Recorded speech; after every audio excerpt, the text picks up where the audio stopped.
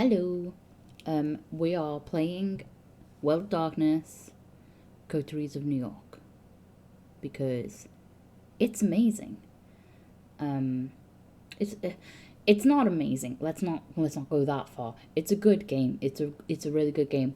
But I'm comparing it to, for example, Vampire the Masquerade Bloodlines. This is more of a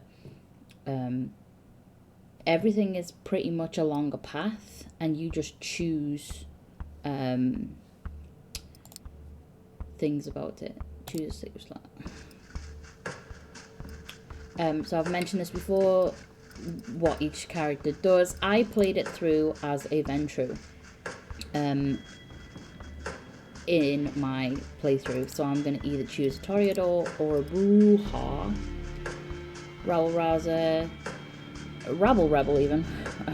The Rabble Rebel against power and rage against authority. A seemingly insignificant man with significant ideas will join their ranks tonight.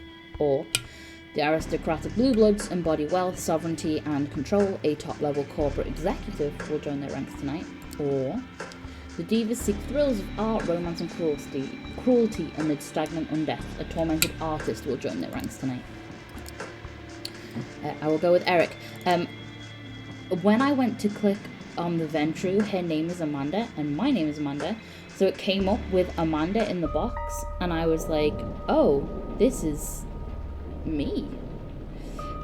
New York taught me to believe in fate. Had you asked me about fate when I was a human, I would have told you it's just superstitious bullshit, that we are all designers of our own destinies. That belief shattered when the richest woman in the United States, the actual richest one, not a face you could have seen in the papers of course, sank her teeth deep into my neck. It happened in the very same place you're standing in right now, by the way. Fate, you decide. Please, there's absolutely no need to be hostile, just listen a little longer. See, my mistake was that I flew too close to the sun. It makes sense that my punishment was to never see its glow again. I was incandescent myself, I was hot shit. Had it all: money, looks, confidence, connections, men, women, a career, and a spark in my eye, the one you need to be born with. And that's when someone, far more powerful than me, saw my radiance and thought, that won't do. She robbed me of the light erupting from within and gave me a subtle, enduring gleam in its place. She decided that would fit me much better. She was a ninth generation kindred just like you, an apex predator. She probably enjoyed teaching me the peak of human excellence, my real place in the food chain. Ninth generation means the first generation is Cain from the Bible, because he was forced after killing Abel to consume only the blood of humans, which is the idea of where the first vampire came from, although others say that it's Lilith that was the first vampire. Doesn't matter. So he's number one. The people that he made, the Cainites, are the second generation, and the third generation are the antediluvians, which are the vampires who were the first of each race of vampires. So the first vampire, Ventru, Bruja, blah blah blah blah blah. So ninth generation literally just means that you're 6 steps away from the antediluvians, and the further steps away that you get from the antediluvians, the thinner your blood is, so the less tied into powers and stuff like that are, and the easier you are to succumb to things, and the easier are you to be controlled and things like that. So basically saying she's 9th generation when the current generation is around the 12th or 13th means that she's quite a powerful kindred. She was a 9th generation kindred just like you, an apex predator. She probably enjoyed teaching me the peak of human excellence, my real place in the food chain. It's such an eyesore when you look at some loudmouth braggart and see them for all they really are. The temptation to teach them a lesson can be unbearable, right? Well, my sire's lesson was a lesson about fate, a message saying you're eternally doomed to be at the mercy of your sovereigns. It almost drove me to destroy myself. What saved me was the ability to reinterpret her teachings. Hers wasn't a message of doom, it was a message of hope. Fate exists and one can shape it if given the right tools. My sire didn't believe my tools were fitting for the job. She considered them toys, and me, just her amusing subject. Well, she's deader than dead now, and I'm still here, standing right where she stood when we first met. You might have wondered how I learned about your arrival into JFK Airport. My answer is, of course, destiny.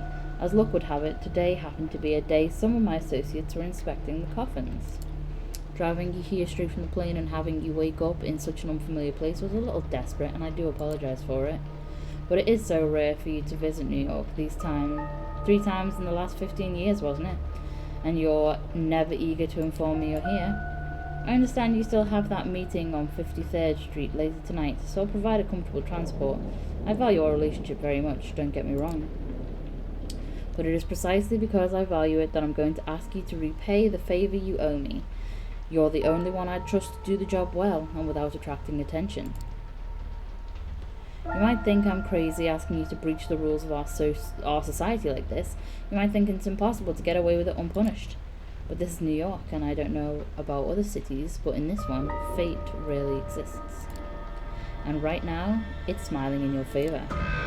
This is how it begins. The music is pounding and your pulse is keeping pace. This is one of those nights that makes you feel alive, even though it started with you feeling dread. So you start in a different place by the looks of things, depending on which character you choose, but then the storyline from there seems pretty self-contained. You can pick who to speak to and who you choose, but other than that, it's basically a linear storyline. Music is pounding and your pulse is keeping pace. This is one of those nights that makes you feel alive, even though it started with you feeling dead. First came the messy breakup, then the realization you have nobody to talk to about how much it sucked. Still, you decided to roll with the punches. One Facebook search for local events later, and you've found just the thing for your malaise. I don't know. A short subway ride, and you find yourself at the club just outside Dumbo. Not a fancy one, mind you, more like a slightly refurbished warehouse, but hey, at least the drinks are cheap. The DJ seems to really know his shit too, alternating between cutting-edge industrial techno and classic Detroit crowd pleasers, expertly feeling out everyone's mood. An hour passes, then two. Usually you'd feel awkward coming to a place like this alone, but tonight you find something soothing in joining the crowd, blending in, even as you allow the beat to take over. Sweat, yours, other people's, soaks through your shirt and pants in a matter of minutes. A thought pops in your head from the outside. The fully packed club seems like a stuffy, smelly nightmare, but here, in the thick of it, it becomes exhilarating. And you're not even on a pill tonight. There's this Latina chick whose curves are accentuated by the light dress clinging to her body, and she keeps bumping into you. Something tells you it only seems incidental. Yeah, it's a good night. You wish it could last forever because you know all too well what the next day holds. Waking up, getting dressed for work, the commute, 9 to 5 grind that will make you just enough money to pay the rent and keep living in your overpriced shithole of an apartment. And with Jessica moving out, it'll be coming out of your pocket. You run some quick calculations in your head and immediately come to regret that you did. Never mind. Spot the Latina again. She's now next to another guy, hitting it off. Your chance of not going to bed alone, gone. Just like that. Fuck. Your mood temporarily shot down. You leave the dance floor and stumble your way into the filthy bathroom. You take a look in the mirror and start to wash your face, obsessively, over and over again. A voice from the past echoes in your mind. I've never felt like this with anyone. Seriously, I mean it. I feel like all of my relationships up to this point were test runs, a shitty way to compensate for my low self-esteem. But this feels right, finally. Shut up, Jess. This was the craziest fucking day of my life. God, I need a smoke. Pass me a light. What do you mean? Cops took the lighter. There's one in your mouth. Just shut the hell up. This is not you. Not anymore. Oh, fuck off. This is so like you, acting like some sort of Clint Eastwood wannabe when I really, really need you to open up. You think you're impressing people with this tough guy act? Fuck you. I know how broken you really are. You need therapy. Yeah, now that sounds like the Jessica of today. You raise your head and look in the mirror. You try to smile, but all you can muster is a self-pitying grin. And there she is, the Latina from before. Oh. She says you look like you need a drink. You hesitate for a second or two, then blurt out in a surprisingly enthusiastic, yeah. You start to talk, it quickly becomes evident that she's into politics and you're eager to please. You might be a corporate drone, but you spend a lot of evenings reading theory, actual theory, not bastardized Twitter cliff notes, and organizing for all matters of causes online. The status quo sucks, there must be something better, she agrees. You seem to subscribe to the same progressive political theories, have compatible compatible ideas about the DSA's missteps. Even watch the same YouTube channels. Your goals are aligned. She's a bit more radical than you'd have guessed. You attended a few rallies before, been to a few protests, but this girl sounds like she broke her share of faces and kicked more than a couple of cops in the nuts over the course of her activist career. Her zeal is infectious. She taps into pent-up anger that you didn't know you had. The noisy club stops working for you both, so you hit the streets. Just as you're leaving, the DJ starts playing All the Things She Said by Tattoo. Of course, you chuckle to yourself, trying not to slip into a bad headspace. She chuckles along with you. It's chilly outside, but soon enough you find yourself too invested in listening to the girl's voice to care about anything else. You realise you've been holding hands for a while. The subway car is empty, save a stoic middle-aged couple and a drunk staring intently at his own feet. Plenty of room to stretch out, and yet she sits right next to you. You can feel her thigh pressing into yours, her breath on the side of your neck. Maybe it's the booze talking, but you distinctly hear your voice asking if she'd like to crash at your place. I've got a better idea, she says. At this point, you're down for anything as long as it lets you spend just a few more minutes with her. She takes you to a sleazy motel in the Bronx. Trading a few words with the balding, tired-looking guy at the front desk, he hands her a key. Still holding your hand, the woman leads you up the stairs. The room you end up in is almost comically stereotypical, complete with flaking paint and a sticky floor. Not that it matters, though. The moment you step through the door, she's on you. You try to take the lead, but she's having none of it. Before you know it, you feel the rickety bed pressing against your back. It's sloppy, fun, fierce, and not once does she lose the initiative. Your hands reach under her t-shirt. Strange, it didn't look like she was cold outside, but now her skin feels eerily cool. As if sensing your confusion, she slaps your hands off of her. She kisses your neck. You're overwhelmed by the sensation. Darkness. Taste of liquid fire and smoke on your tongue. Her voice saying, "Sorry, kid. I did what I had to leave this city in one piece. But don't worry. With my blood and your principles, you're gonna do just fine." She slams the motel room door behind her as she leaves. You lie helpless on the soiled, pungent mattress for some time. Minutes, hours, before you can focus enough to try and piece together your evening. It hits you, the big hunger. It grips you by the throat and makes your insides shrivel in terror. It's an all-encompassing emptiness that throws you on all fours. You crawl for a while, squirm on the floor in sundering pain, then jump to your feet and burst out the door. You black out. This isn't the room you saw when you last closed your eyes. Somebody curses at you. A small, naked, buff dude holding a short leather whip. Wow, what a goofy motherfucker. He throws a punch. He yells out several slurs. He hits you in the jaw. You blacked out again. The guy isn't moving anymore. There's blood on his neck. There's blood on his arms. There's blood on the floor. There's blood everywhere. Wow, whoever did this is one sick puppy. You realize you're sitting on top of his corpse. You hear a whimper. Someone else is there, a woman. Her arms are tied to the bed frame, an eye mask over her face, red marks on her back. Oh shit. This time you see it happen. You want to stop but can't. She almost manages to scream out, but it dies in her throat as you bite into the side of her neck. You drink. Blood. You're drinking blood. You could swear you feel her life force escaping her body, entering yours. Suddenly terrified, you tear away from her. She's not moving, but she's breathing. There's barely a mark on her neck. The guy on the floor, though. You double over in a spasm, realizing what you did. You feel like throwing it up, but can only gag. Panic sets in, another realization dawns on you. Your heart is not beating. Put your fingers to your wrist, but feel no pulse. Same thing on the neck. Nothing. There's no breath coming out of your mouth. You have to get out. Get someone to call an ambulance, for yourself at least. Probably too late for the dude on the floor. Did you really kill him? Oh, I love this guy. So fucking much. Tisk, tisk, tisk. What a mess.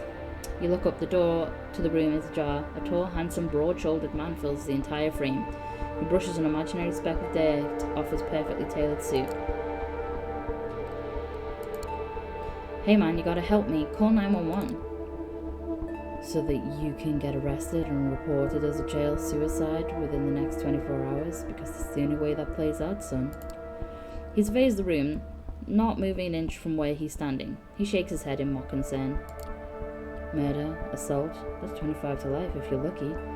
But since you're not, it's a death sentence. He takes a glance at his expensive-looking watch. Lucky for you, it's been a slow night, otherwise I might not have gotten here in time. Come on, the sun comes up in a few hours. You don't want to be around here when it does. The sun? What's it matter when the sun comes up? Ah, so you don't even know. You should be glad I got here before you made yourself scarce. The man approaches you and starts talking. His tone remains unnaturally calm. Oddly enough, you find it both soothing and slightly unnerving. Now listen to me. I know this is all new to you, but I've dealt with hundreds of strays like you, and going by experience, they tend to fall into two categories. First, there are the smart ones, who carefully obey my every word and don't try to pull off anything stupid. I always get them where they need to be, safe and sound. And then there are the dumb ones.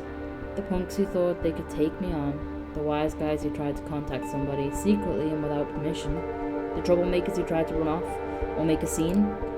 None of them got to their destination in one piece. In fact, most of them never reached their destination at all. His voice becomes slightly bored and monotone. You can tell he's given the speech before, likely dozens of times. So you see, while I generally consider myself pretty smart, I'm also a Mets fan. It's my one true weakness, one that inspired me to come up with a 3-strike system when dealing with pups like you. If you get on my nerves once or twice, well, I understand. Not all of us perform well in stressful situations. But cross me 3 times and you're out. No excuses, no forgiveness, no mercy. As he's talking, he slowly approaches you, adding a bit of theatrical swagger in his walk. Eventually, he leans in, deliberately invading your personal space. You realize it's a test. He's daring you to do something about it. 3 strikes, and you're out. Say, I understand, sir, now. You've never been so eager to bend the knee to anyone, but this is something else. The man's very presence instills a primal fear in your heart. I understand, sir. Glad we have an understanding. Moving on, is there anyone you want to inform of your current situation? Tell them you're alright. He flashes his fangs briefly, and for some reason the sight sends a chill down your spine. There's something very wrong about him. Someone closest to you? My ex-girlfriend? My girlfriend? Jessica, she's my girlfriend. The stranger's eyebrow twitches. You're lying. That's a strike.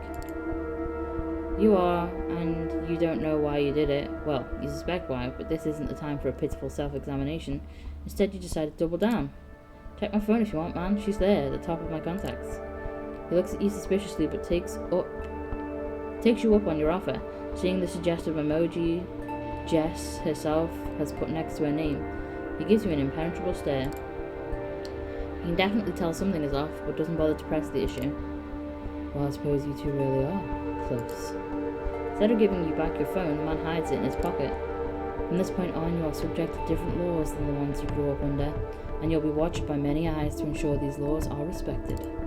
You are forbidden from letting anyone know you're still alive. You're forbidden from showing your face anywhere they know you. If anyone comes looking for you, it's over for both you and them. He interrupts his monotone recitation and stares deeply into your eyes. So unless you want your girlfriend to end up at the bottom of the Hudson, I'd suggest you cooperate.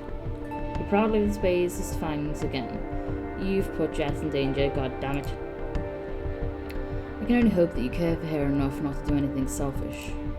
His words are meant to imply otherwise, but by now it's obvious. He hates your guts as much as you hate his. He's itching for a fight and you're almost willing to oblige. Alright, I think that's enough lecturing for today. We're on a bit of a schedule here, so now I don't need to hate you, but I can do so in the blink of an eye. Just so that we're clear, I have the authority to end you right here, right now. This is not an idle threat. So, are you going to play along, or do we have to do this the hard way? Follow? You weigh your chances, but it doesn't look promising. The guy's fit, determined, and looks like he means business. You, on the other hand, are confused, exhausted, and on the verge of a panic attack. Yeah, fine, I'll go with you. He almost looks disappointed. A wise decision. Follow me, please. And close the door behind you. You take one final look at the woman who's just coming to at the body on the ground. This is fucked. Absolutely fucked. You pull the handle and close the door. The man leads you downstairs. You contemplate signaling the bald guy at the front desk, but he's too busy watching some 90s action flick on a small, ancient-looking TV. He seems totally oblivious to your presence. You hear a dejected Jean-Claude Van Damme say, "I just want to go home," as you're walking by. Your would-be kidnapper stops by the door and addresses you before opening it. I know what you're thinking. You're thinking as soon as he opens the door, I'm making a run for it. Maybe I can outrun him. I'll save you the trouble. You can't. You can either get inside my car and I'll take you to where you need to be, or you can try something stupid that you'll regret later. Do I make myself clear? Clear as day. Day, huh? He opens the door and gestures to a black Cadillac Escalade parked right outside the building. After you. Go inside the car. Following the stranger's instructions, you make your way to the car and get into the passenger seat. The door locks behind you. Inside the Cadillac is almost... Look at that, them eyes. Inside the Cadillac is almost entirely dark. The side windows seem light-proof. The man gets into the driver's seat, starts the engine, and drives away without another word. Are we going to... If you're taking me to a hospital, I doubt my insurance can cover it. The good news is medical bills aren't likely to be a concern anymore. He weighs his next words carefully. You'll have to forgive me. I'm not in the mood to wax poetic about the state you're in or my role in tonight's events. Just remember, if you want to survive the next 24 hours, you'll have to play along.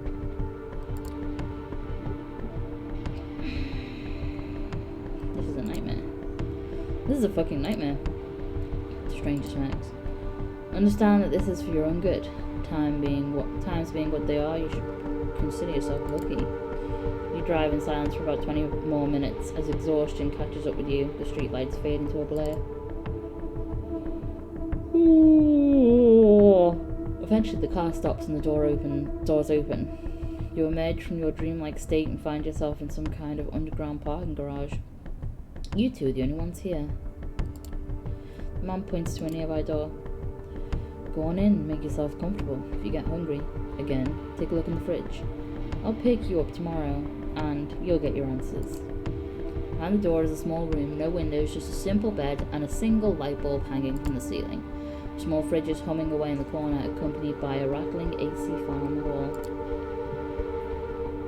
Guess I have to trust you. Guess I got no choice but to trust you. It took you this long to figure out. Remember, when I said you were lucky, I meant it. See, my job is to get rid of problems, but I'm not always this polite about it. This time, I was specifically told to mind my manners. So believe me when I tell you, considering how this night could have turned out, being stuck in here for a night is a really good deal. Now get in, or I'll throw you in. No! Fucking dickhead. I didn't mean to press that. I must have, leant back on the mouse. Fucking hell. Your instinct tells you to run and you listen, but a few seconds later that same instinct is telling you something else that someone's right behind you. For a split second it all becomes a blur. Suddenly you feel a sharp pain in your chest and fall down to the cold concrete floor. Just when you realise you can't move a muscle, you hear the man standing above you let out a disappointed sigh. And you were so close. You spend the next 15 minutes zoning in and out, finally giving into the blackness. An endless void of nothingness. An endless void of nothingness. An endless void of nothingness. Suddenly, a wet squelch-like sound rings out in your ears. Then your chest explodes with excruciating ache. Disembodied, you find yourself being slowly entrapped by horrifying dead flesh. Then resurrection. You suck air through your teeth as you wake, hoping this was all a nightmare. The gasp doesn't bring you any comfort, and you quickly realize it's nothing more than a residual instinct. You don't actually breathe in nor out, and your heart is as still as it was before. Sight comes back to you as the somewhat familiar surroundings of an underground room comes into focus. The humming of this Cadillac's engine reaches your ears before his voice does. Rise and shine, fledgling, you got places to be. There he is, standing in the doorway expectantly. His suit is as immaculate as yesterday, but his presence strikes you as even more malevolent than before. What happened? What did you do to me? He recites his answer monotonously.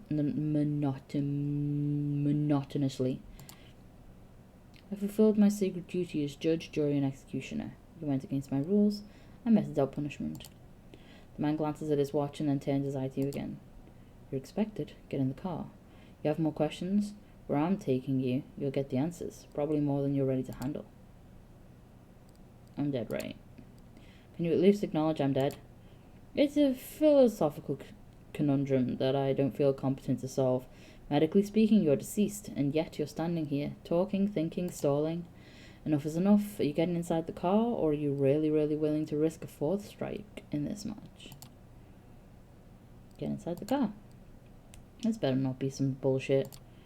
Quit your yapping and get in the car. As you sit down in the back, the doors locking behind you, you notice that your clothing is ripped around your sternum. You touch your chest, you realize there's a gaping hole there. You can feel your broken ribs and the flesh around them. What the fuck? What the fuck is this hole in my chest? A potent reminder that you should listen to your superiors. Anyway, don't worry about it. It'll mend, given the chance. A few minutes later, the sight of your open ribcage becomes just another part of the spectacle you feel almost wholly disassociated from. No breath, no heartbeat, and now a gaping wound with no blood coming out of it. It all makes sense in some perverse way. In a fugue-like state, you start touching it like it was somebody else's body. You drive in silence for a while. You keep trying to catch glimpses of familiar streets or landmarks through the blackened windows, but it's of little use. Car is also soundproofed, so all you can hear is a bit of humming traffic and the car's engine. The driver doesn't say anything and seems focused on the road. You check the door handle. Yeah, the door is locked all right. The piece of dark glass separating you and the front of the car looks sturdy too. There is nothing left to do but wait. You didn't have time to think about it before, but you realize now that you're hungry. No, not exactly. It's not a rumbling stomach that grabs your attention. It's a need that starts somewhere in your abdomen and spreads to your chest, throat, and back of the head. After a while, the need transforms into an overwhelming wave of anger. You clench your fists and jaw. You kick the wall that divides you and the driver. You feel like screaming. Keep it in. You're fuming inside, but despite trying to cover it up, it shows on your contorted face. Eventually, it catches his eye. Are you scheming something? Keep your impotent rage in check, or else I'll do it for you. Impotent? You just watch, bastard.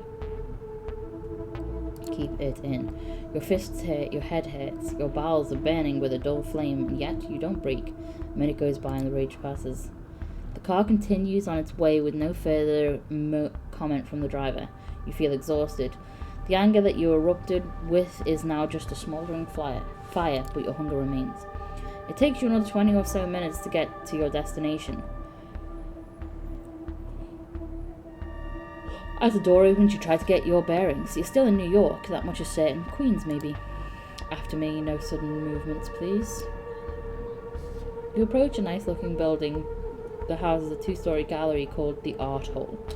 Two large men in dark suits flank the door on both sides, and they give your companion a nod as you approach. Prompted by the stranger guiding you, you walk inside. The gallery is full, which is unusual at this hour, to say the least. About 24 faces fill the showroom, and a number of waiters navigate the gathering, serving drinks. All of them are beneath the guests' attention. The visitors are well dressed for the most part, but it's unclear what they've gathered here for. Nobody seems to be particularly interested in the art pieces on the walls, and the atmosphere is polite. Unnaturally so. I was moving my light because it was shining onto the screen, and there's like a blood splatter here and all across here. You need to be able to see the blood splatter. Many guests turn to look at you and the stranger who brought you here. Their glances are varied. You see open contempt on a few faces and animated interest on others. Most of the eyes in the room calmly observe you as if wishing to appraise your worth. The last time you felt like this was at your previous job interview. It was like being a piece of livestock, inspected from all sides for any imperfection, so your wage could be haggled down. It was dehumanizing and made you feel dirty. When they called you the next day to offer you the job, you declined. Even when you're a nobody, you become even less if you trade away your dignity for a paycheck. The memory makes you feel warmer inside, even now, although the state of your bank account never did. Good evening, Kadir. And to you, child. The noble, cold voice takes you out of your head and back to the situation at hand. The gallery, a crowd of strangers, you being brought here against your will. For what purpose? The room awaits your response. Good evening, miss. You are addressing the Prince of New York City. Helen Panhard, child of Michaela. Thank you, my sheriff, but I am capable of introducing myself. She is somewhat plain-looking and doesn't seem to possess a great deal of charm, but since the entire room is intently focused on her voice, she has influence over these people. That much is clear. You may address me as Prince, child. I realize your introduction into life was abrupt, and I understand your sire left shortly after. The rules of our society dictate I punish you both for this transgression. A murmur of agreement, maybe, can be heard from the gathered audience. But I am willing to listen to what our loyal sheriff has to say about the circumstances of your embrace first. Remain silent. You decide best to stay silent and listen to the whole situation unfold. It feels like you're out of your depth here. Shall we begin? You are about to be judged by the court of New York City. Kadir, please tell me how you found this fledgling and what happened on your way here. A court, Prince? Is this some kind of secret society make-believe? Oh.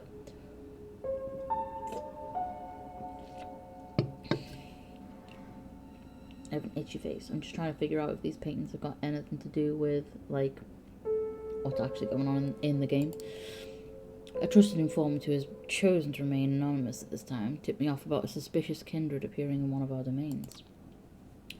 Upon investigating, I found them gone, but the fledgling remained in their place.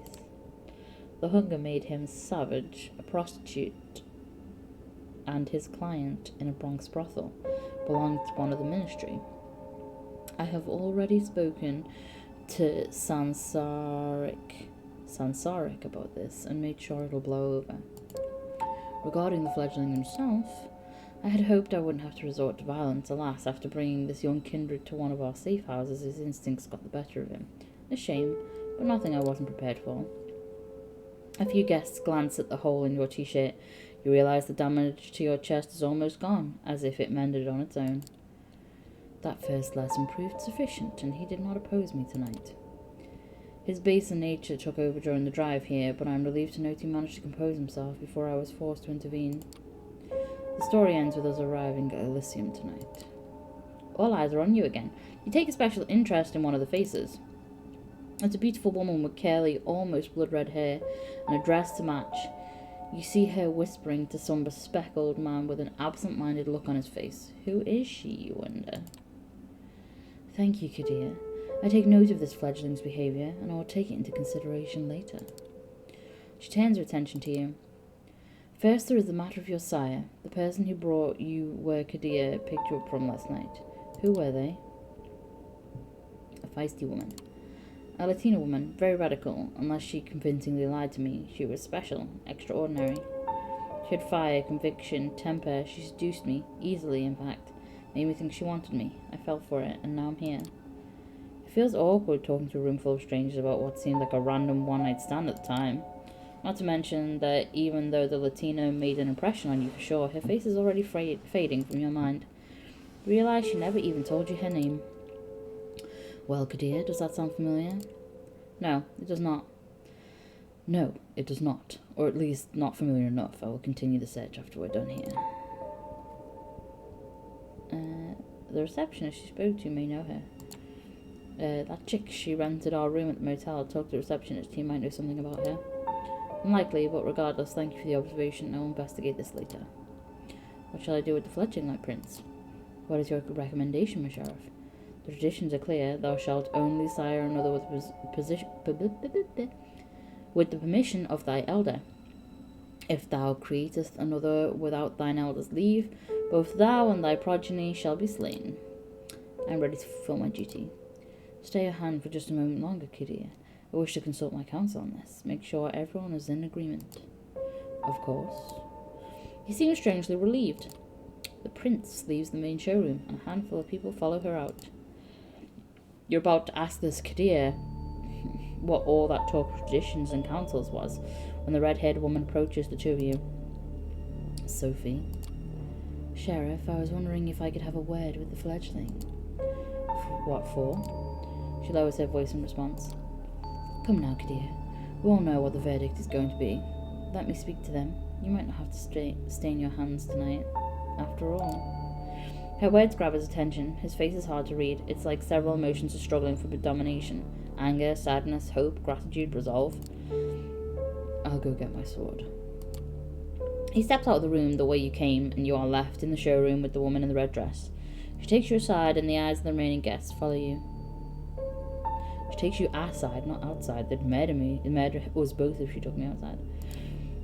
Well then, fledgling, you are in quite the pickle.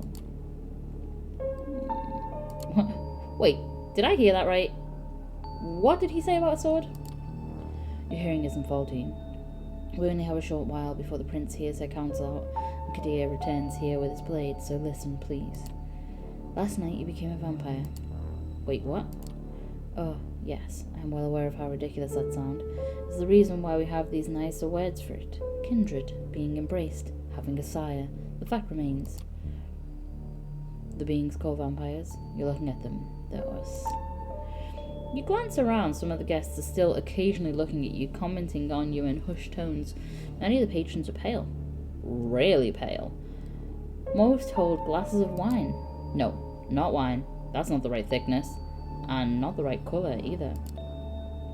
You're trying to come up with something sensible to say, but you're drawing blank. It makes a morbid kind of sense. You drank blood last night. There's no denying it, and your breathing has not returned. Your heart remains still. A vampire. Two voices in your head start battling for supremacy. One of them slowly begins to put everything that happened since yesterday together, coming to a conclusion that no matter how insane it might seem, nothing but what she's saying makes sense. The other voice just keeps saying, what the fuck, on repeat. You're surprised. This is often how it plays out by design.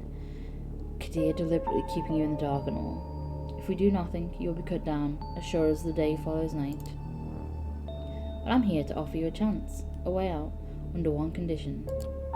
I will take you under my wing. If you're lucky, the prince will be in a good mood tonight, and Kadir's complaints about your behaviour won't influence her judgment. This society values docility.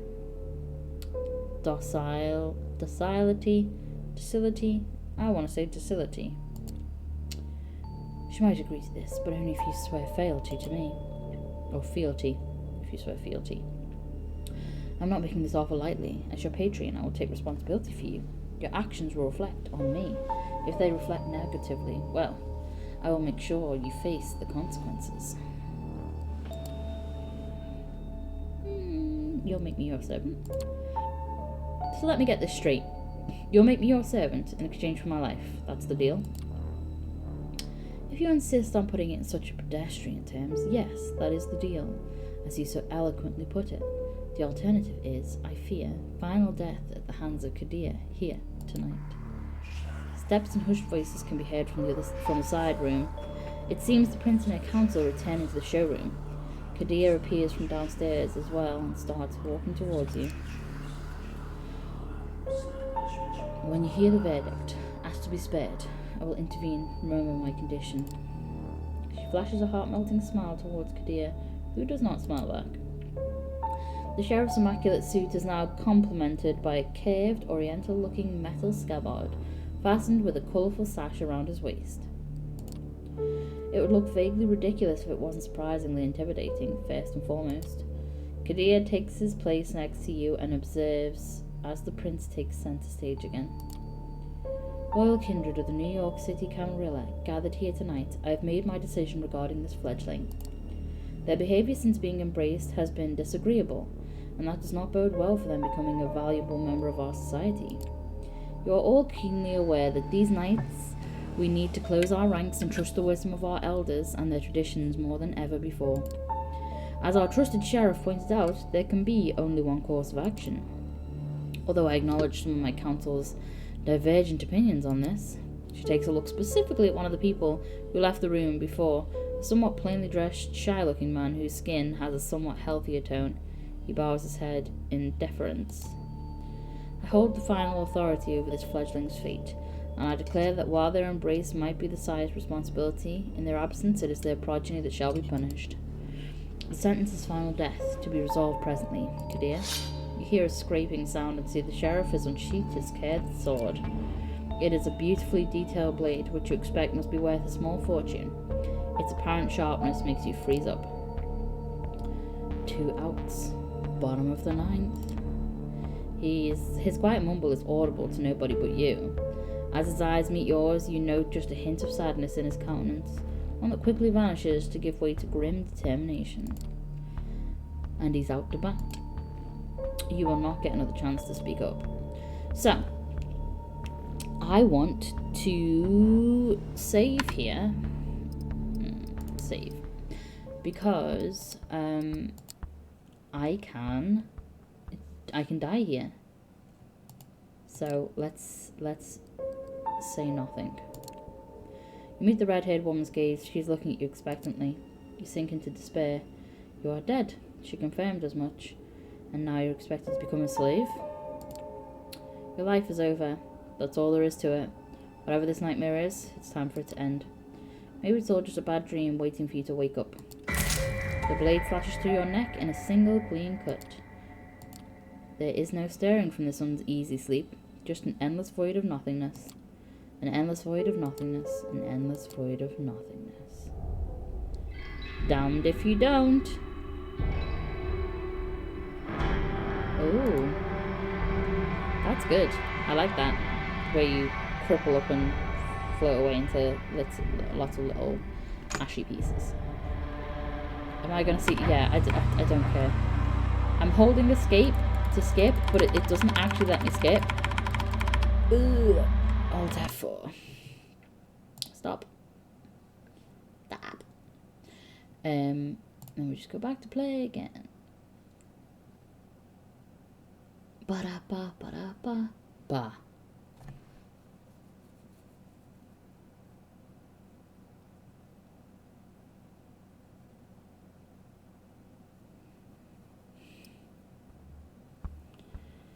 Okay, so let's load. Load! I want to load. Why won't you let me load?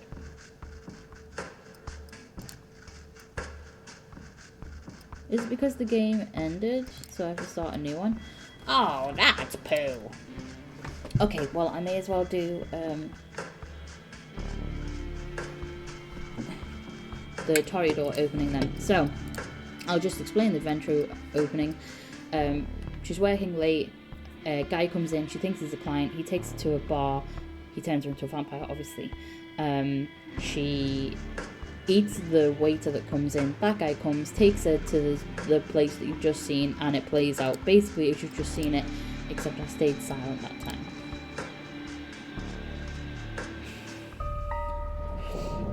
So we've read all this. This is the same.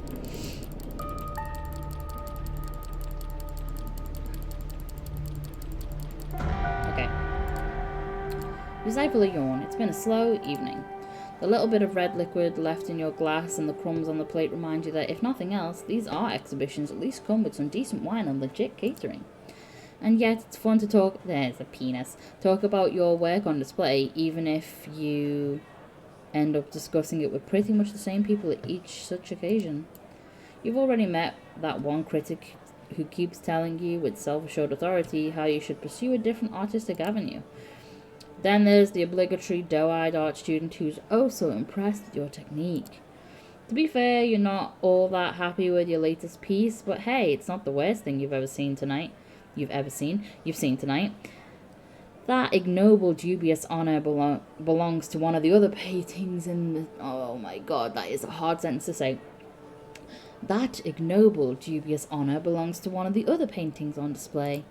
And yet its author, currently being paraded around by his rich parents, has barely been able to grab a bite of the fancy canapes. So many sycophants to meet, so little time. For a moment, you think that maybe it's not worth it. Maybe you should take the critic's advice, cut your losses, sell out to some corporation and get it over with. And as if the universe wanted to validate that train of thought, that's the exact moment your sister Emma decides to pop into your view. So let me get this straight. Cushy corporate jobs are selling out, but supporting a billionaire's vanity project is totally fine with you? Hi, Em. You absolutely despise her as an artist, While you're struggling to uphold some nebulous ideals of what art is meant to be, she's perfecting her ways of mooching off the system. Shamelessly preying on little-known street art and niche internet cafes, she repackages them as bougie-friendly collages.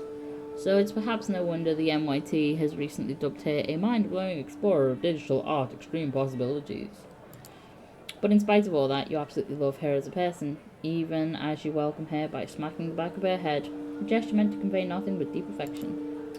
No, but seriously, supporting young artists, my ass. I don't know what kind of money you got in for this piece, but I doubt it was even a fraction of what it's going to be worth in tax benefits. The gallery owner actually said that if he had to choose his most valuable audience, it would be the IRS, and I'm pretty sure he was only half kidding. You mumble a non-answer and then segue into a different subject, trying to preemptively quell her repeated offers to get you a steady job. Of course, she proves as insistent as ever. You know, sometimes I just don't get you. On the one hand, you wouldn't be caught dead taking money from the inevitable winner of the culture wars. On the other, if someone gave you the chance to collaborate on some dumbass Oscar bait flick sponsored by Larry Ellison's bailout fund, you'd do that shit for free. She rolls her eyes and asks, you know what the only difference is between the art scene and the culture industry? The culture industry actually pays your bills. As expected of someone who's given up on attempts to infuse her work with any sort of enduring quality and decided to just keep responding to the zeitgeist, she claims to happily accept the fact that after she dies, both she and her work will end up in a landfill. When you respond that you prefer chasing a 1 in a million chance to immortalize yourself, she claims it reeks of an overinflated ego. But you've been down this road too many times before and managed to accept she'll never understand what's truly important to you. Slowly but surely you move on to more agreeable topics, your plans to finally get hammered together, or the most recent crop of garbage Netflix show your parents have tricked you into trying out. Your friends have tricked you into trying out. Alright, gotta go, I've got a date. She peeks at a bunch of middle-aged men in expensive suits who have stopped pretending to care about the exhibition and are exchanging the worst lecherous jokes they've got in their stale repertoire. Have fun with your friends, class traitor. She gives you a hug and heads for a nearby elevator. There goes the pleasant part of the evening. Still, you decide to delay the inevitable and catch a quick smoke break. Truth be told, people aren't exactly lining up to chat about your work anyway. As you leave your post, you start tapping your pockets in search of a lighter. Instead, you find a $100 bill. You're absolutely sure it wasn't there before. Jesus Christ, Em, you're the worst and the best. You feel your cheeks turn red, but you gratefully put the money in your wallet and move outside. When you reach the balcony, you look out at New York City and light the second to last cigarette left in the pack. It's a pretty view. You're alone. It's not silent. The metropolitan hum is ever present. Even this high up. But it's a good deal more intimate than what's behind your back. You lean over the railing and look down. The street lights beckon more than usual. In your mind's eye, you see yourself at your final artwork, beautifully splattered all over the pavement. Working title, Delusion of Grandeur. The author, a brilliant artistic soul crushed by an unfeeling reality, gone too soon. You chuckle and flick the cigarette into the air. Freshened up by the night's cool breeze, you squeeze back into the stuffy interior. You barely make it in a few steps before lethargy steps back in. It's like you never left. Still, something in the room feels different. Your eyes are drawn to a handsome young man, neatly dressed and groomed, exuding the air of true artiste. And the best part, he's intently looking at your painting. The gallery is almost like an art installation itself. Now, people standing in silent awe, the guy like a beacon drawing everyone's attention. Hushed conversations about the guests can be heard from every corner of the gallery. Your heart is pounding with excitement, and you approach, feeling like a kid trying to get close to a deer in the woods, but afraid you'll scare it away. The man turns to you, and you stop in your tracks, entranced. So, this is one of your pieces? Oh, he is beautiful. You manage to mumble an affirmation. Tell me about it, please.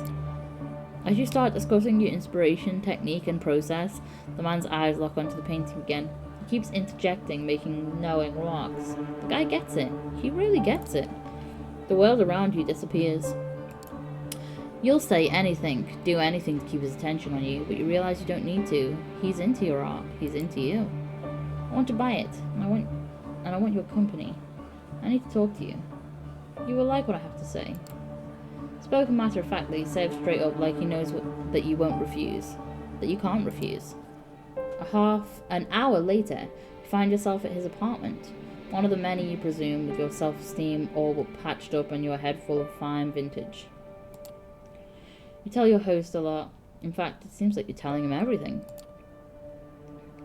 Where you came from, how you ended up in New York City, how you had to take out a loan to appear at tonight's event, how you took the long look down the balcony, that you thought about taking the plunge, and this time you're only half joking. You feel miserable. You start crying. He holds you in his arms. You feel calmer. Tears stop flowing.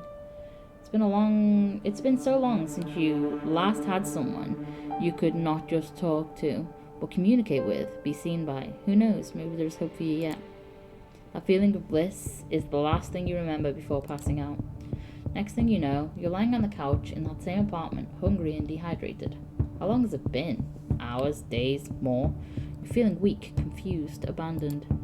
You look around in panic. Is he still here? Thank God. Yes, there he is, standing in the doorway. His voice breaks the silence and fills you with hope until you realize what he's saying.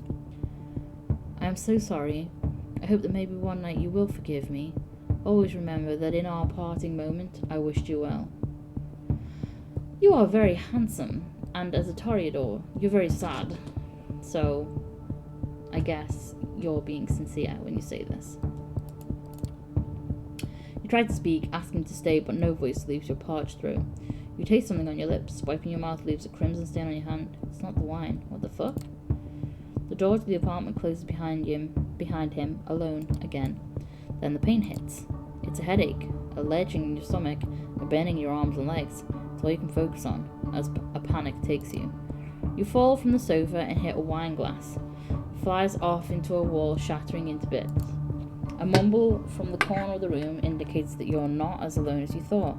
From where you're lying, you can only see a feminine shape staring awake. You crawl towards the woman inch by inch. The pain turns into an urge. You need to get close to her.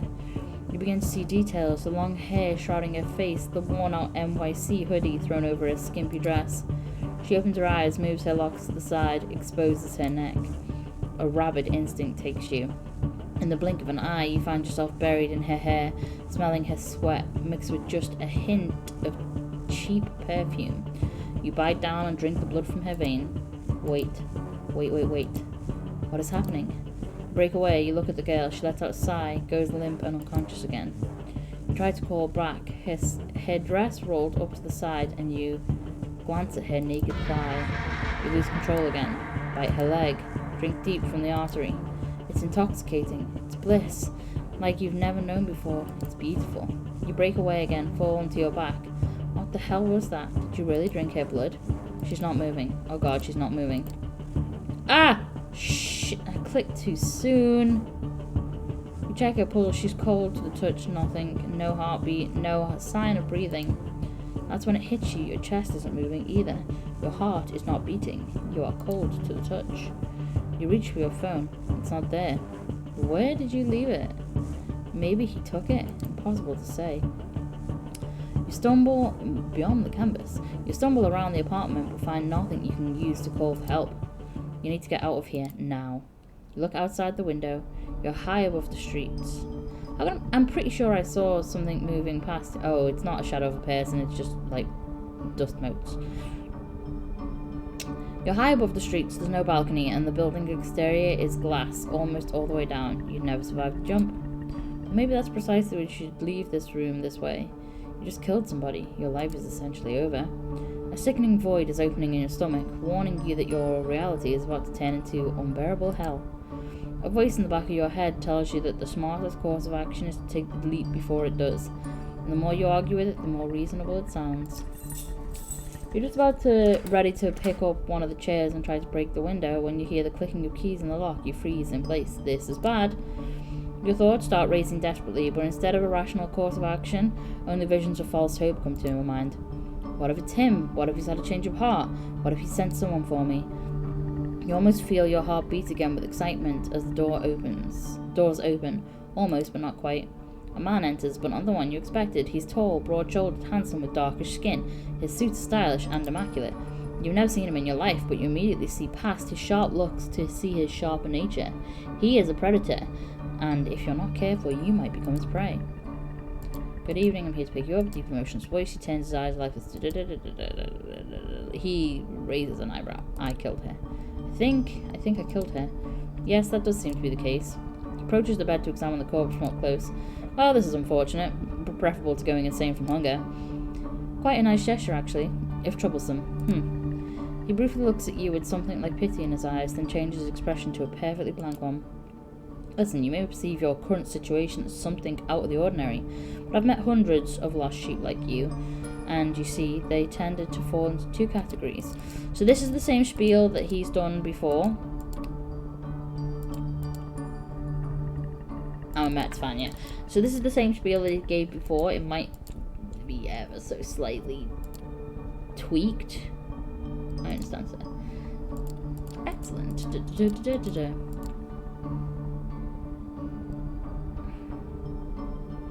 My sister.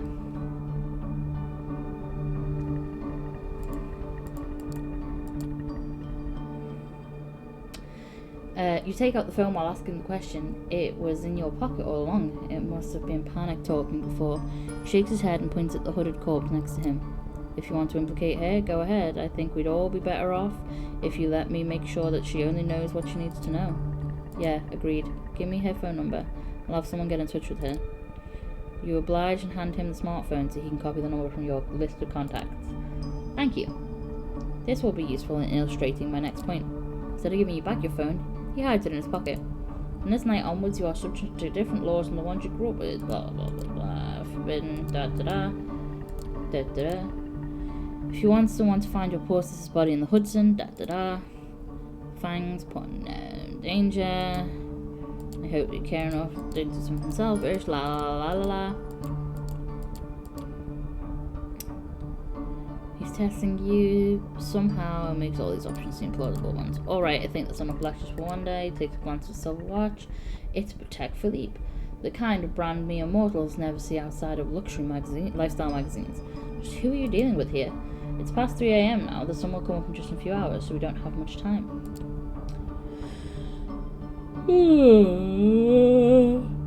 Come, we need to leave so that the corpse can be taken care of. He turns his back to you to unlock the door. Head out. Okay. You obediently follow him out of the room before he locks it again. You manage to make a final glimpse of the corpse. You feel a pang of conscience, but not because of your victim's horrible fate. It's because you don't feel guilty even though you know you should. Something important inside of you that was still there yesterday has definitely died tonight. You wonder if you'd even recognize yourself in the mirror. The stranger shows you to the elevator. You go to the ground floor.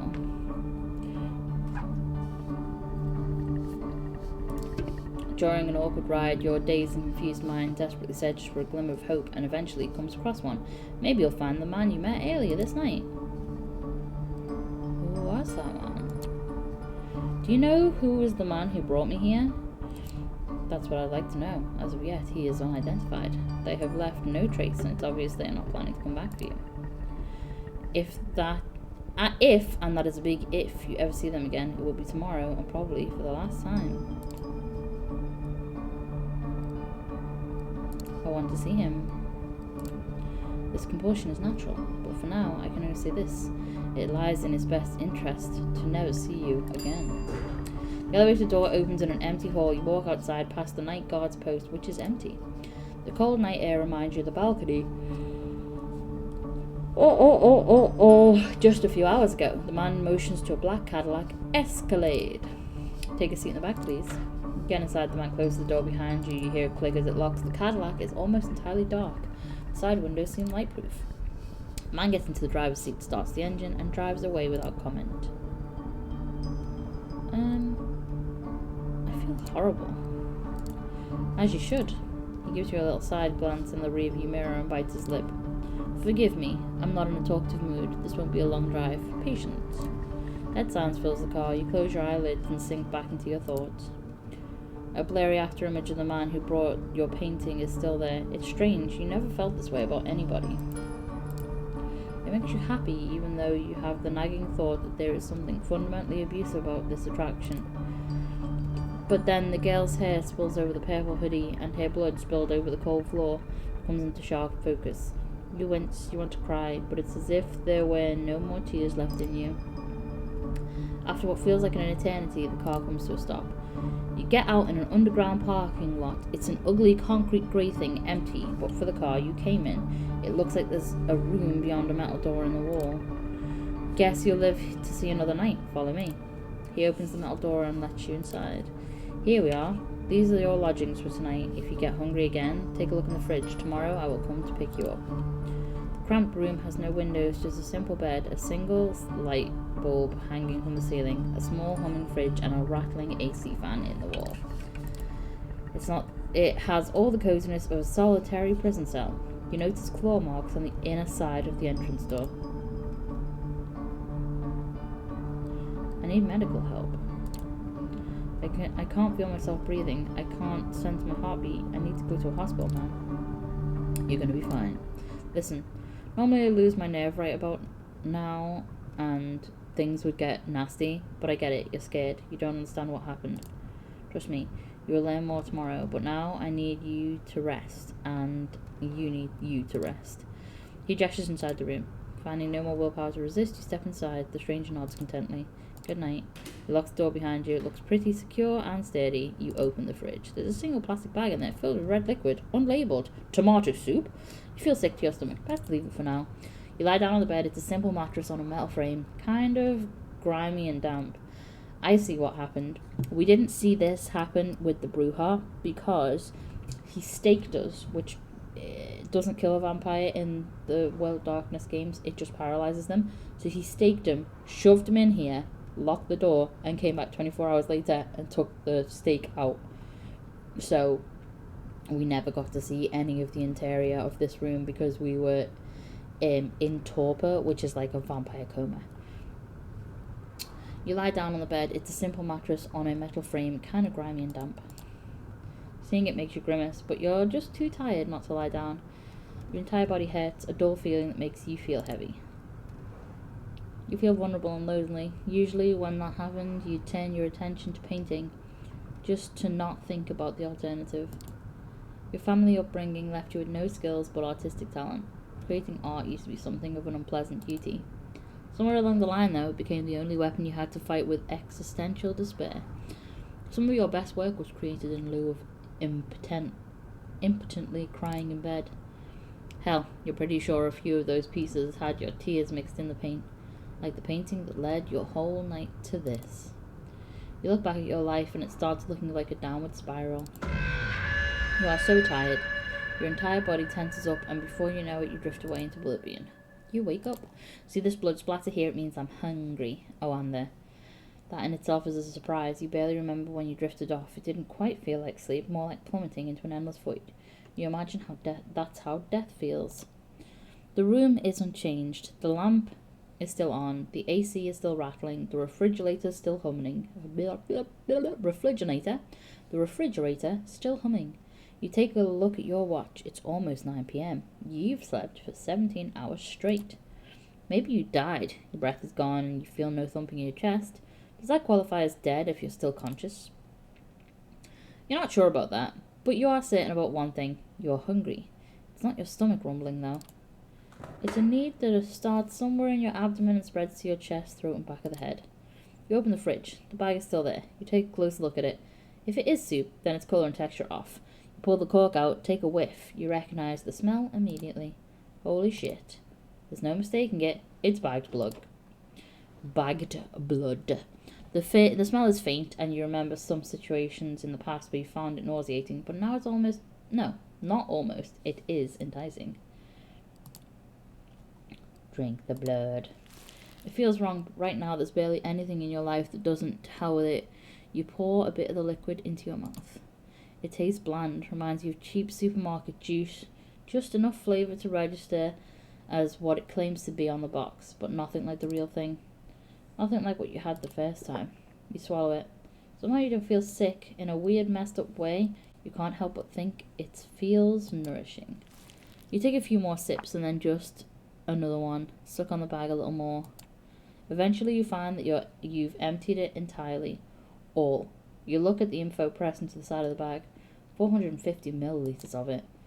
Even with its blandness, you still feel like having more. You realize your body longs for that intoxication high you felt when an image of that corpse crosses your mind, causing you to wince. What have you become? You try to piece your thoughts together and make sense of it all when you hear the lock click and see the door open. Standing there is the well-dressed stranger you met yesterday. Immaculate suit again, the predatory look, like a hawk on a hunt, but somehow more relaxed tonight.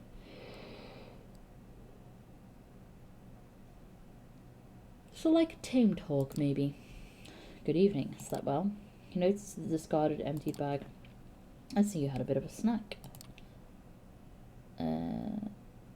Was that really blood? Type RHO+. Not that easy to get. Glad you liked it. Come on, we've got places to be. The car is humming in the empty parking lot just outside the door of the cramped room you've spent all day in. The man motions to it, politely, but with a stern look on his face. If you are a Ventru, when you go to drink that blood bag, you vomit it back up again, because Ventru are picky eaters. Get inside the car. Okay, lead the way. After you. You take the back seat again, the doors lock, the stranger takes the wheel and starts the car. So, this is pretty much the same, except you get a chance to talk to him. You don't have time to think about it, but you realise now that you're hungry. No, not exactly. It's a rumbling stomach that grabs your attention. It's a need that starts somewhere in your abdomen and spreads to your chest, back of the head. Da, da, da.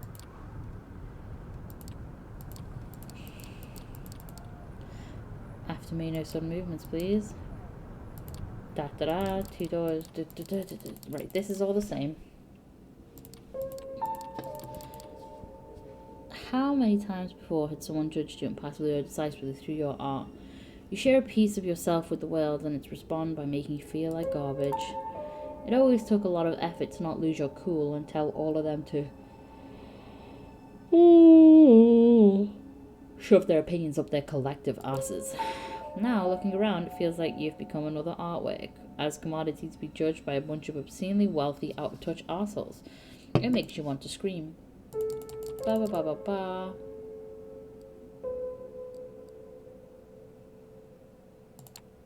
So that's your name, Kadia? You're being addressed by the prince? Okay, yeah.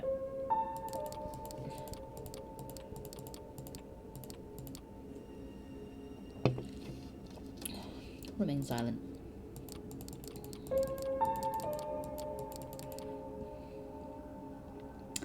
Interestingly, his sire made use of an older haven of one of the clan of the Rose for the embrace.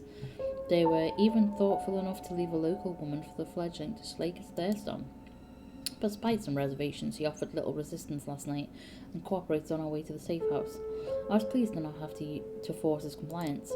We had a quick chat, but wishing to appear here post-haste, I urged him to join me, which he did without struggle, a pleasant departure from my usual routine, I must say.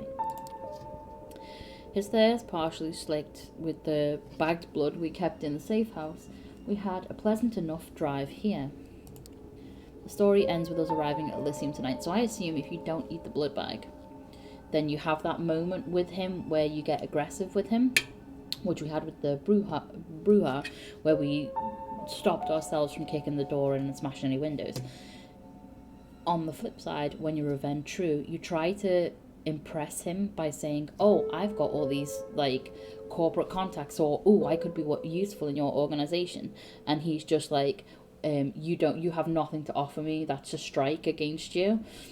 So when you get to here, he basically says, oh, they tried to cheaply get me on their side, sort of thing. But I'm glad to see that this time it went smoothly. All eyes are in you again. Special interest in one of the faces. Beautiful woman with red curly hair. La la la la la la la la la. First, there is the matter. A beautiful man. He was beautiful, charismatic, charming, dark hair. A sort of artistic mess. He had an accent I couldn't recognise. He took notice of my art. Bought a piece, in fact. I want to meet him again. The last sentence came out almost involuntarily. You immediately feel ashamed sounding like a sad puppy whimpering after their master. Yes, you do want to meet that man again. It's an edge deeper than you ever felt, maybe even love. No, that's idiotic. He never even introduced himself to you. He used you. That asshole just plain used you. For what? Well, Kadir, does that sound familiar? No, it does not. Or at least not familiar enough. I will continue the search after we're done here. He bought my painting. You can track him. That guy, he bought my painting at the gallery. Didn't pay in cash, I think. Maybe we can track him that way. Oh? Did your outlook on him change all of a sudden? He smirked, seemingly enjoying your misery. Personal jabs aside, thank you for that observation. I'll investigate this later. Blah blah blah blah blah blah blah. We've heard all this. So here's where she's offering us. Seems like you chose a history. It sounded like you knew exactly what to say to him. I could swear you two have a history. Aren't you a perceptive one? If only I could direct your focus elsewhere. What I want to tell you demands your full attention. Last night you became a vampire. Ba ba ba ba ba. Ba ba ba ba ba ba ba ba. Read all this. Da, da, da. The only voice. What the fuck? What the fuck? You're surprised. Da, da, da, da, da, da, da. What happens if I agree? I suppose I say, well, yes, what happens then? You survive, hopefully. Or not, depending on the prince's whim. I'm giving you a chance, not a guarantee. But if you take me on as your patron, I will be your guide in this new reality, and you will assist me like a child with a sire. Steps and hushed voices, da da da. Loyal kindred, regarding this fledgling.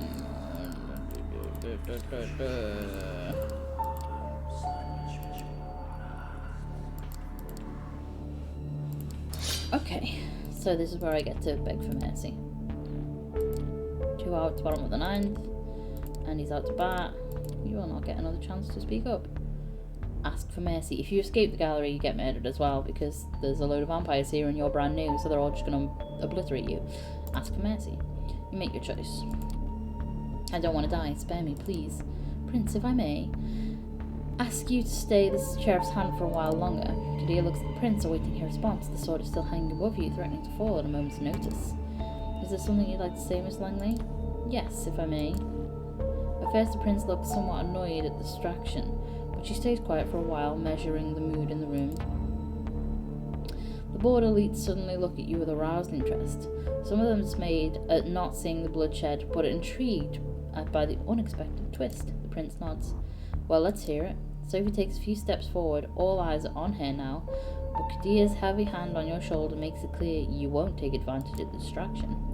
My prince, while the traditions are clear, I believe that the proper context should be observed in addition to the letter of our laws. This fledgling is a burden, but with proper guidance they could become an asset to our domain. Am I to understand you're volunteering to take this sireless child under your protection? Yes, I happen to think they may hold a potential that would be unfortunate to waste. I do expect their full cooperation, of course. Whispers can be heard again, an incredulous voice or two, a hushed, just behead the fucker. Some suppressed exclamations of surprise. Silence. I ask all of you to make note of this moment. I might be persuaded to bend one tradition in this child's favour, but another will have to be enforced even more firmly in its stead. Until thy progeny shall be released, thou shalt command them in all things. Their sins are thine to endure. Are you certain that's a responsibility you wish to shoulder, Miss Langley? I'm willing to guide this fledgling and add a valuable ally to our sect in a time of need, yes, but I would like to receive the right of destruction over them, if it pleases you. Wait. Its clear tensions are high. It feels surreal to listen to strangers discussing your death, or second death apparently, and keeping silent. You decided for the best to let Sophie handle this alone and not interject. You have no idea how to handle this eyes wide shut crowd.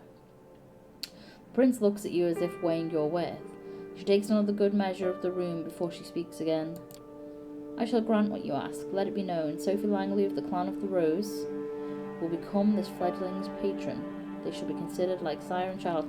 I'm pretty sure Clan of the Rose literally just means Toreador, but I'm not sure. I'm not sure at all. I could research that in my own time, and I will, because I'm sad. But I just want to see where the notes are on the different types of vampire you can be. I don't think I'm going to find it anytime soon, which saddens me. Nope. Oh, okay, I'm getting there. Right, okay. Ventru is what I am playing. Toreador! See, because their symbol, if I can show it to you, but is a rose. Each clan has a different symbol, sort of showing what they're about. Like the Nosferatu have a tragedy mask. Malkavians have a broken mirror because they're the ones who are a bit insane. The Gangrels have like a wolf sort of pattern. The Bruja have an anarchy symbol. Let's keep looking. The Tremere have a strange like occult symbol because these are the blood magicians. So I think it's supposed to be like a cryptic rune of some kind, but it just looks like a square, a circle, and a triangle to me. And then the Ventru have like a scepter because they're generally the ones who rule because they're all about keeping things the way they're supposed to be and all that sort of shit. So I'm pretty sure Clan of the Roses, or Clan of the Rose, literally just means Toreador. And I know that Sophie is a Toreador because I've played this through as a Ventru. So maybe she'll be happier with me being of the same clan as her. They shall be considered like sire and child. Miss Langley will take full responsibility for them, and I grant her the right of destruction if she sees fit to use it. Let my intentions be clear, however. If I am to turn a blind eye to one of our most important traditions on this occasion, I expect it to be beneficial to the Camarilla. Substantially so. I hope you find this verdict satisfactory, Miss Langley. Of course, Prince, thank you. Very well. She turns to you. What is your name, child? Lamar? Lamar, Prince. She nods. Welcome to the Camarilla, Lamar. So in this, it gives you a dictionary and you can check it. And it tells you basically what it means. Fledgling is a newly created vampire. Camarilla are the people who try and keep things in order. Thank you for appearing on at such short notice. Give my regards to those who couldn't make it. Kadir, a moment of your time before I let you return to your duties. Of course, Prince. He shoots you a side glance that doesn't leave much space for interpretation. You will be watched. You will be judged, and if need be, you will be punished. The two of them leave the gallery. Well, Lamar, I think we've both already managed to significantly improve each other's evenings. But let's keep the ball rolling, shall we? I think we should have a toast to a new fruitful partnership. She raises her hand at one of the well-dressed concierges who have now appeared in the showroom to refill the guests' glasses. The conventionally handsome man approaches with a carafe of red liquid. He pours it into 2 tall glasses. It's blood again. That much is clear. You're in 2 minds about drinking it, but the memory of last night's hunger makes you wince. You take a tentative sip. You expected the same blandness you tasted a few hours ago, but this one you can actually savour. It's smoky and warm and making you think of a cozy cabin in the woods. It does strike you as a strange image for your mind to jump to when drinking human blood, but it is what it is. You've never tasted anything like it. Do you like it? I think NYC caterers have very bourgeois ideas about what good blood should taste like. Apologies, you must have so many questions. While we're on the topic, perhaps we should start with those related to sustenance. Oh, where do you get the blood? It's kind of weird that you have waiters serving blood. Where do you get it from? That could be a bit of a touchy topic. Let's just say that most of the blood available at events like this is crowd-funded. Did I get that right? It's hard to keep track of modern language. At any rate, what I mean is there is a plethora of vessels on tap. As for where to get blood when you're not at Elysium, tomorrow I shall take you hunting and we will explore this topic further. What you need to know right now is that no matter how much you drink, you will always be tempted to have more, unless you consume someone wholly to the last drop, but even that doesn't last. Best start by just taking a single sip from a vessel. Be prudent. Hot, fresh blood is more satiating satiating than most anything that can be served in a fancy glass, but it can make you more voracious. As to how much you should have, it depends. If you're frugal, you can survive many nights without a single drink, but it's risky and will tempt the beast. That is part of our curse. About our sire-child relationship. The prince mentions something about you and me being like sire and child. What does that mean? Prince Panhard, spared you on the condition that I take responsibility for you. Normally a sire and child are close, one begets the other after all.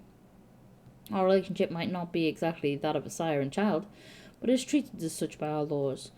That we do not share blood does not matter. You must therefore defer to me in all things. I don't wish to use the right of destruction that the prince has granted me, so I'll appreciate it if you don't give me a reason to. I promise I'd guide you, and I meant it. Treat me as your mentor and superior, and I will treat you as my loyal retainer and understudy. With me, you can go far. Without me, you will be lost to the unfeeling night, and we can't have that. Those of us unaccounted for can easily become a danger to the masquerade. That's the main reason why, with your sire gone, the prince wanted you out of the picture too. The concierge returns, asks permission to intrude, which Sophie gives with a polite smile, and leans in to whisper in her ear. The note that the gallery is now almost empty. I'm being told the gallery is just about to close, but we still have quite a lot to discuss. Let's go to one of my apartments. My jalopy? Jalopy? Pretty sure that means driver is waiting downstairs. Come. The smile she puts on makes you remember last night's encounter in the showroom. A similar eagerness to spend time with this person overtakes you momentarily, and you follow her outside. Jalopy.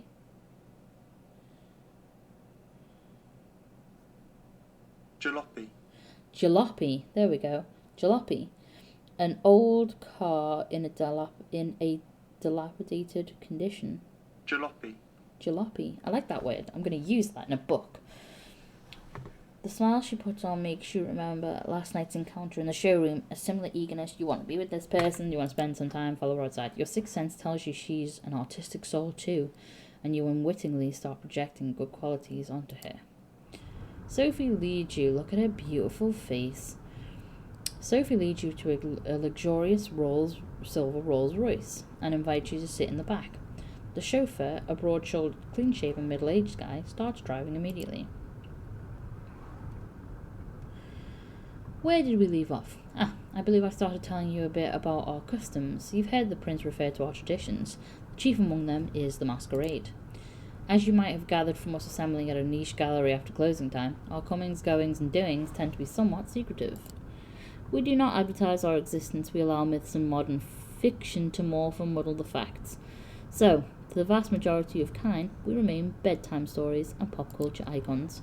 Say, is that one television show about a vampire angel still popular? You shake your head in confusion. She shrugs and continues talking, looking a little more dejected than before. Our clandestine ways help us remain safe, allow us to explain away the occasional trip-up to the rational minds of 21st century humanity, and dictate much of our interactions with mortals.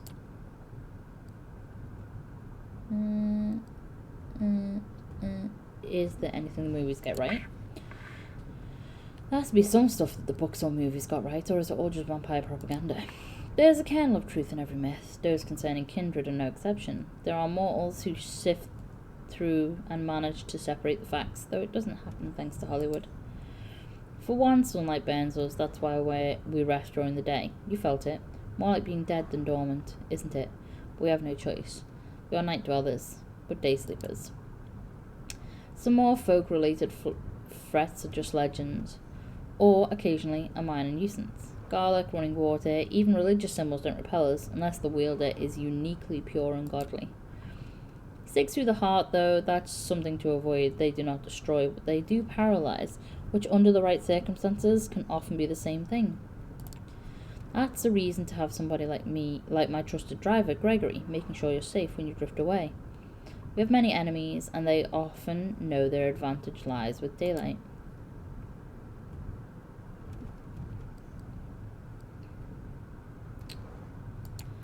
You mentioned enemies. I guess that makes it necessary to watch each other's backs. Can you count on all the vampires for that? She surprises you by letting out a soft chuckle before answering. No. Our little sect supplies social interactions aplenty, but it doesn't really encourage counting on someone. Support given in exchange for favours, yes, that's more like it. Long-term solidarity does occur in the Camarilla, but we are a very politicised organisation by necessity. Loyalty is to your sire, to your prince, and to the sect. When you're in Elysium, like we were tonight, the sect can appear to be a monolith. The reality is more complex. Outside of social gatherings, shady deals, and a quid pro quo mentality reigns supreme. She seems to be lost in thought and falls silent for a while, leaving you to ponder all the things you learned tonight. It still feels absolutely unreal, but as piece after piece, for fuck's sake, of knowledge falls into place, the image becomes more like an entirely logical jigsaw puzzle. Whatever you wouldn't believe on your own, you've witnessed.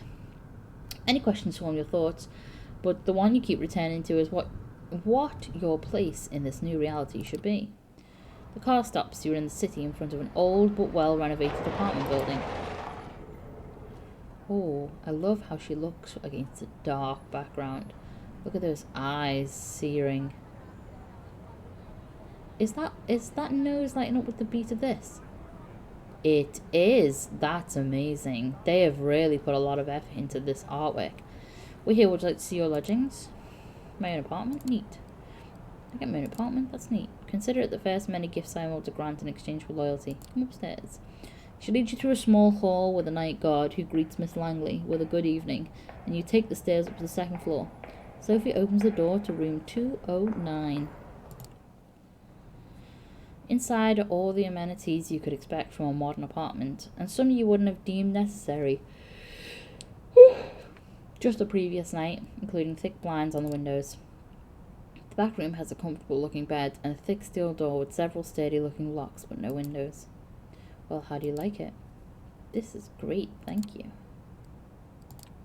I'm glad. Make yourself at home. Tomorrow I will take you hunting and discuss the blood in more detail. I'll let you get comfortable. Keys are by the television set. I will come pick you up tomorrow night. Use the back room for rest. You can lock the doors just in case. It stings a bit when she leaves. It's like the room suddenly became a few shades dimmer. You inspect the kitchen, hoping to find something to drink. Nothing. No regular food either. Feels strange that Kadir would be more thoughtful host than your new sire, even if only in that respect. You briefly wonder if the sheriff might have a hidden side. With nothing left to do, you lie on the couch with the TV playing in the background for company. Columbo reruns. Kojak reruns. President United States got himself into serious trouble again. President United States got himself out of trouble again. Pundits start yelling over each other about things that seemed a little bit less insignificant just 2 days ago. You start drifting off, reflecting about another night of confusing conversations and worldview-shattering revelations. How many more before you finally understand what happened to you and what you're supposed to do now? You keep going back to your life, to the life you left behind, the people you should contact, the things you want to pick up from your apartment. You wonder when you'll have the chance for either. You don't. That's it. It's gone. As you start to feel the same tiredness that made you drift into a cold sleep last night, you settle into the back room. The bed is comforting, the lack of windows less so. I wonder if this is going to be like a loud noise moment. You leave the light bulb on. Looking at it, you realise it's the closest you'll ever come to staring at the sun on a breezy summer day again. A wave of melancholy overwhelms you. There it is. A few minutes later, your unconscious fades and you take the plunge into darkness again. Sinking, sinking, sinking, sinking. Yeah! See, I love this little representation of the moon and the sun. So, I'm going to stop and save. Because I am tired, if you haven't noticed all the freaking yawning. I hope you enjoyed the opening there. And I will definitely play this some more so that you can see the whole story. It's not a long story, but it's very much the same that you've just seen there. You get to choose your answers to questions and your decision sort of on who you want to hang around with. But other than that, it's pretty much you're following a track, and you can displease, like, you piss people off and you can make them happy, and the happier you make them, obviously the closer they become to you, but that's kind of it. So yeah, I've enjoyed this, and I look forward to playing some more, and I hope you enjoyed it and look forward to me playing some more too. So have a lovely evening, whatever you're doing, and I hope that it goes better than you expected. Bye.